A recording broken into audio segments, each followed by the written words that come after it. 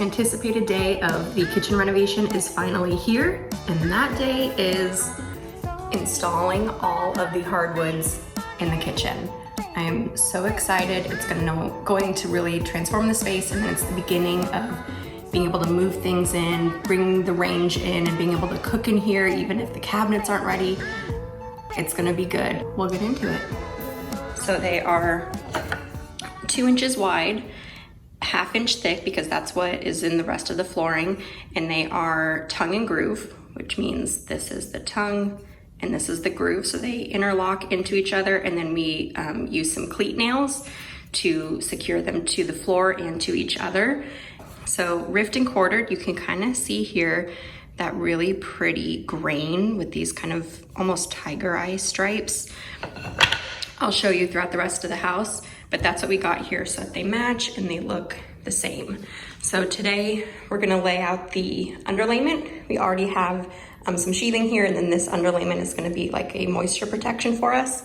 And we'll lay it out. We'll start on this end and we'll work our way over and into the closet, and then they'll just transition into the rest of the flooring throughout the rest of the house. This black stuff over here is because there is a dramatic slope over in that corner, so we built it all up with more plywood and shimmed it and adjusted it so that way it is all level. It looks very odd, but that's the technique for leveling that space, and hopefully it does the trick and you won't even see it as soon as we start laying down this other moisture barrier.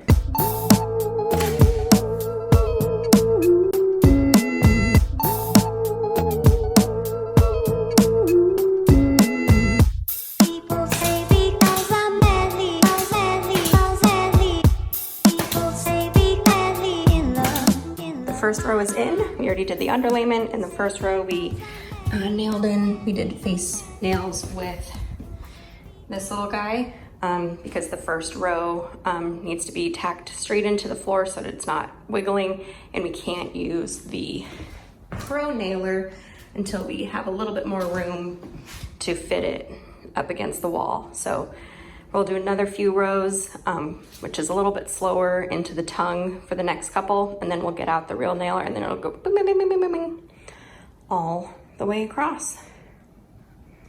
Also, I am separating the ugliest ones from the prettiest ones. So far, they're all really pretty. Like, look at this one over here. But any of the ones that have any kind of issues, like knots or any kind of dings, go into the ugly pile, and then we'll hide those underneath the cabinets along this wall, or underneath the cabinets along that wall, or underneath the closets in this room. Alrighty, so now I've got my ugliest boards that have some damages, and I'm just gonna line them up where we want them, and then damages like this, and then we'll put them in. People say because I'm manly, people say be madly in love,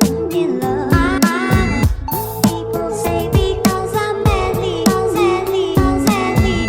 people say be madly in love. I'm planning them all out and staggering the joints here so that way none of them are lining up. You don't want an H joint, which looks like if there were a piece here, this looks kind of like an H, so you want to avoid them and stagger them. Again, these are under the cabinet, so it won't matter way too much, but might as well.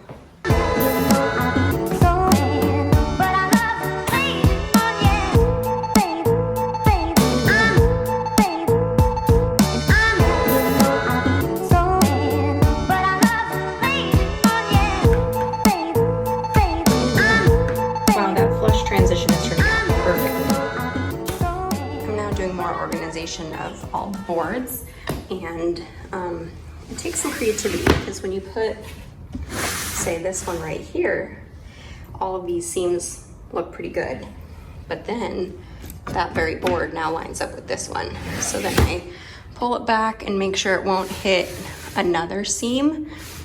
So maybe I'll go here, maybe I'll go further. I'm like that because I don't want it to hit this seam. And then I take some tape and then I measure it out and then I find a piece that matches that measurement.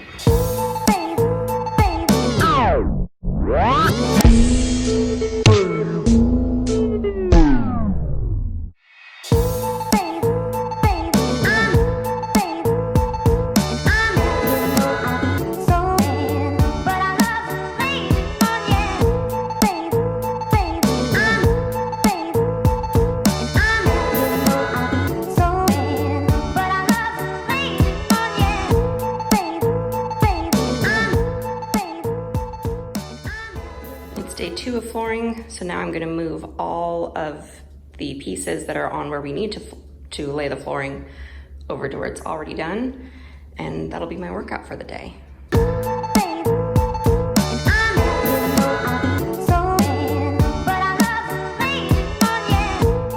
goal was to clear everything here, but of course I took it a step further and organized everything by grain type and by size. So at the end are the pretty but kind of average boards. The middle are the pretty but not super striking, but like nice clean tight grain.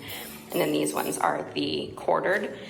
So that way I'm able to distribute these gorgeous quartered ones in between some more simple looking ones and then quartered, and I can just pull from the pile that I want at any given time.